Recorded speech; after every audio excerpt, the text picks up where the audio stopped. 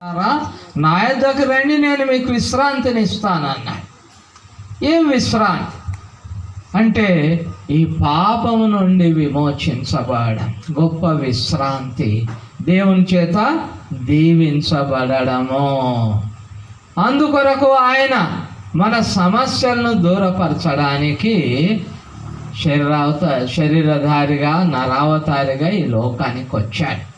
అంతేకాకుండా ఈ పాపం వల్ల మానవులు బాధపడుతున్నారని చెప్పి పాపముల కొరకు ప్రాయశ్చిత్తంగా బలిగా తను తాను అర్పించుకున్నాడు.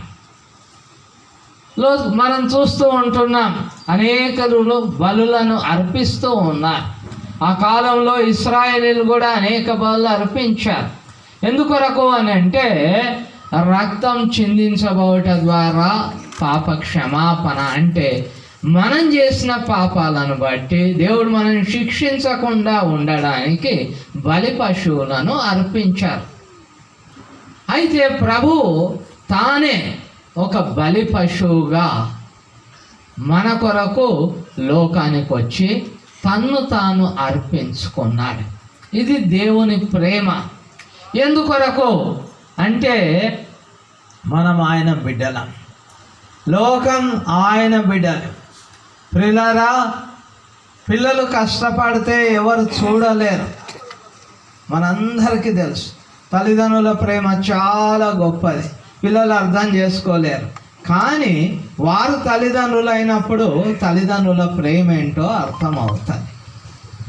మన దేవుడు మన తండ్రి అని ఎందుకంటే ఈ లోకాన్ని మనల్ని అందరినీ సృష్టించిన వాడు కాబట్టి ఆత్మీయంగా మన తండ్రి. కాబట్టి ఆయన మన బదులుగా ఆయన తన ప్రేమను బట్టి మన కొరకు బలి అయి ఉంటున్నాడు. ఇక రెండవ కారణం, ఆయన లోకానికి శరీరధారిగా రావడానికి కారణం ఏంటంటే హెబ్రీ పత్రిక 4వ అధ్యాయంలో చెప్తాడు.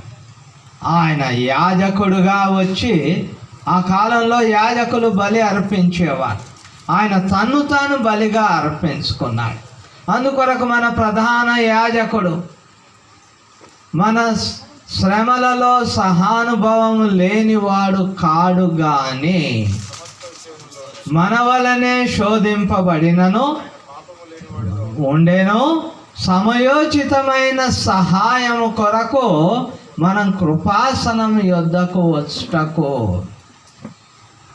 ప్రేమ కలిగిన దేవుడు మానవుల కష్టాలు స్వయంగా ఎరగాలని, ఆ స్వయంగా ఎరిగి ఆయన దగ్గరకు వచ్చే వారందరి కష్టాలను తీర్చాలని ఆయన ఈ లోకానికి వచ్చాడు.